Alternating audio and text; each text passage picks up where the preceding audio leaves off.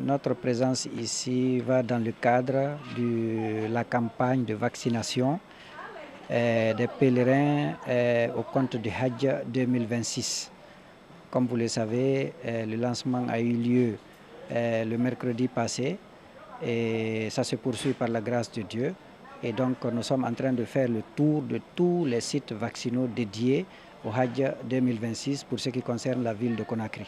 Nous sommes venus appuyer le ministère de la Santé et de l'Hygiène publique à travers la Direction nationale de l'épidémiologie et de la lutte contre la maladie pour informer, pour appuyer ceux qui leur donner raison concernant les informations qu'ils ont données à leurs équipes de vaccination.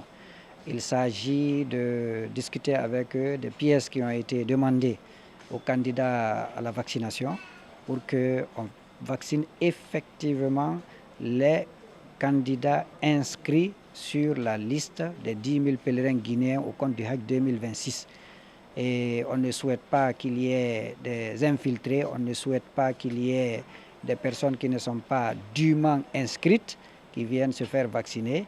Donc les mesures sont prises pour éviter que d'autres viennent prendre les vaccins à la place des candidats au pèlerinage. C'est pourquoi il y a des pièces qui sont exigées.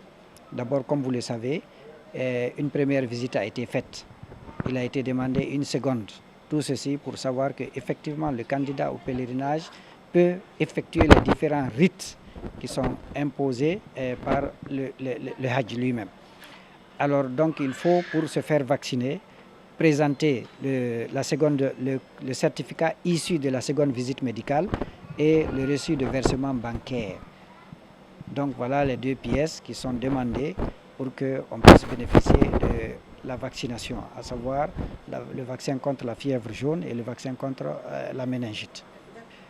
Je ne passerai pas sans vous faire remarquer la magnanimité, l'esprit social ou sociétal du président de la République, son Excellence M. Mamadi Doumbouya, qui, au vu de toutes les souffrances liées à ceux qui ont été arnaqués, à ceux qui ont été vraiment soumis à des épreuves l'année dernière, d'accepter de les prendre à sa charge.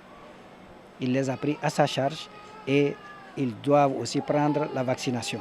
Mais ceux qui ont pris leur vaccin déjà l'année passée, pensant qu'ils allaient être parmi les candidats de 2025, qui ne l'ont pas été malheureusement, alors ils présentent leur carnet jaune de l'année dernière et les médecins bien informés, bien aguerris, dont c'est la routine, vérifient cela et remplacent simplement le carnet. Et sans les vacciner parce qu'ils sont déjà immunisés contre ces deux maladies s'ils ont pris le vaccin l'année dernière.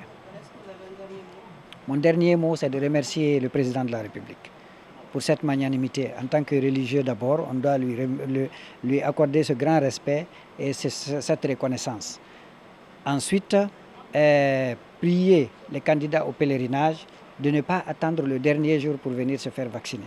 Qu'ils viennent maintenant pour, comme on appelle, bénéficier de l'immunité souhaitée à travers cette vaccination-là avant le jour J de leur départ pour les lieux saints.